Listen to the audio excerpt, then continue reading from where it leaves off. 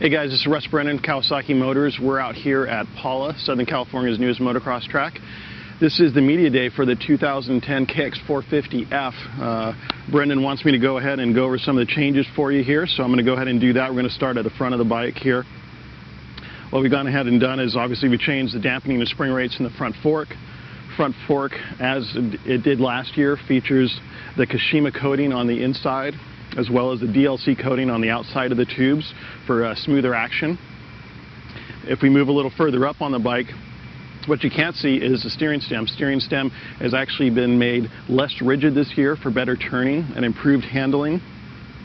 Gone ahead and changed the ECU as well. ECU has been changed to enhance mid-range performance of the bike. Of course, it still is the programmable ECU. Kawasaki has an ECU setting tool that you can get from your Kawasaki dealer. 7 preset settings in there, or you can create your own custom setting. So it allows you to tune the bike for either your riding ability or riding terrain. Radiators. Radiators this year are actually thicker and taller, so improved capacity, and they're more rigid. So we were able to go ahead and do away with the braces that were on the 09 bike radiators. Louvers are also changed. There are 4 louvers this year on the radiators. Improved airflow there. Header pipe. Header pipe now is 40 millimeters shorter than last year. Stainless steel construction for improved durability and improved mid-range performance. Inside the motor we have a new camshaft, new crankshaft. The crankshaft has more internal inertia for improved traction and low-end performance.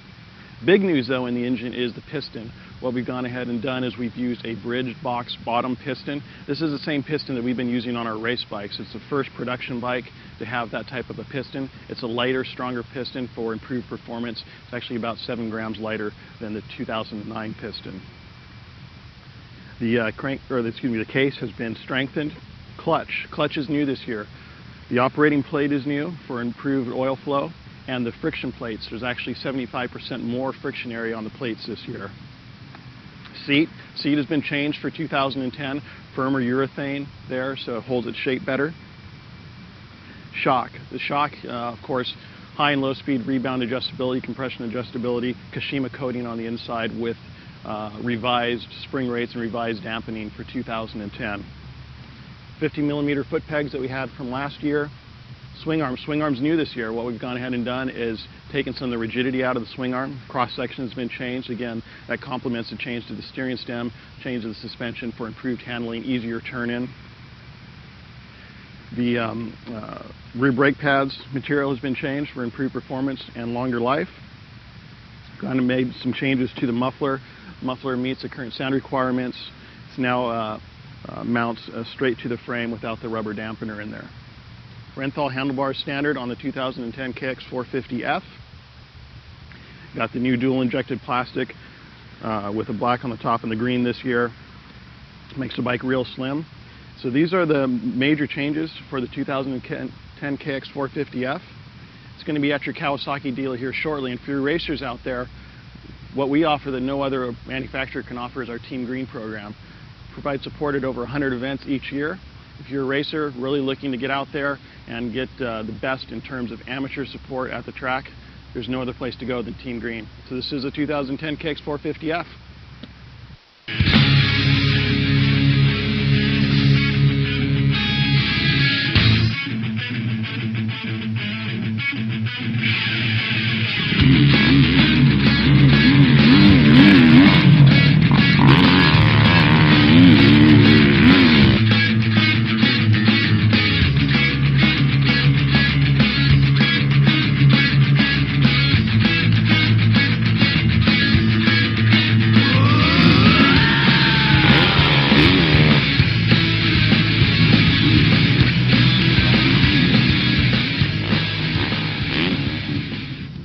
Hey guys, what's up? Brendan Lutz here with Transworld Motocross. We're here with our test rider, Pat Foster, PFO. We're out here at Pala Raceway testing out the new 2010 KX450F. I thought it was a really good bike. I rode the 09 all last year, and this bike, they've done a few little improvements to it, and it was definitely made a difference. But Pat, what do you think about it? I like the bike a lot. I didn't spend a whole lot of time on the 2009, but I like the 2009 a lot. but they spent a lot of time working on the motor, mostly the mid-range to the top, but they did the work a little on the blow end, and man, I thought it was fantastic. I think the motor really shines on this bike. I don't know what you thought, but man, the bottom end comes on crisp. The EFI works terrific. I mean, no hesitation at all. Bottom end's good. The mid-range is a monster on this thing. Just keeps pulling and pulling, and top end keeps pulling. I couldn't find the rev limiter on it, which is really cool for me because I'd prefer not to shift. I'd like to rev it out, and this thing just kept pulling on the top end. Yeah, I mean, the 09 that I rode had I did a little bit of mapping to it and made it pull a little further, but this bike stock without any mapping, it just pulls forever. Like down some of the fast straightaways here, it works great. What about the suspension? What do you think about that? You know what, the Kawasaki suspension's always solid. It's really smooth, really predictable. To be honest, it's sprung a little light for me, but that's typical. I'm a little outside their target weight range anyway, so I typically have to have a little valving and spring done anyway. But overall, the action was smooth. It was predictable. You know, no surprises. I liked it. As far as ergonomics and the way that the bike handles overall, I mean, I think I'm about the target size and weight that Cowie was designed this bike for, and it handles great for me.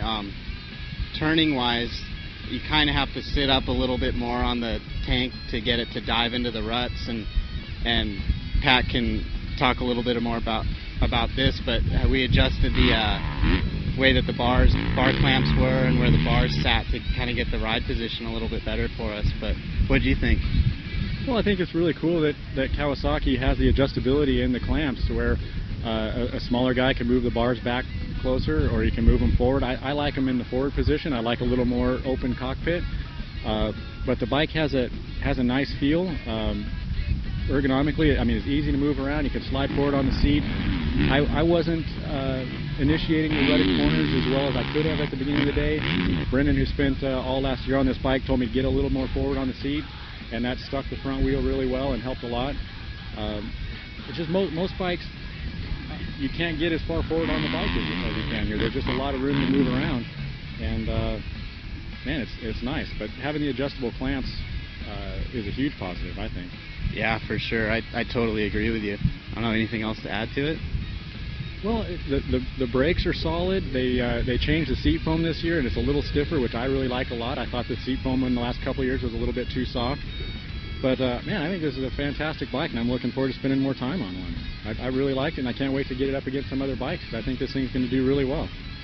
Yeah, well, there you guys have it. The 2010 KX450 should be on the dealer room floors, just like Russ said at the beginning of the video, but have to check it out for yourselves.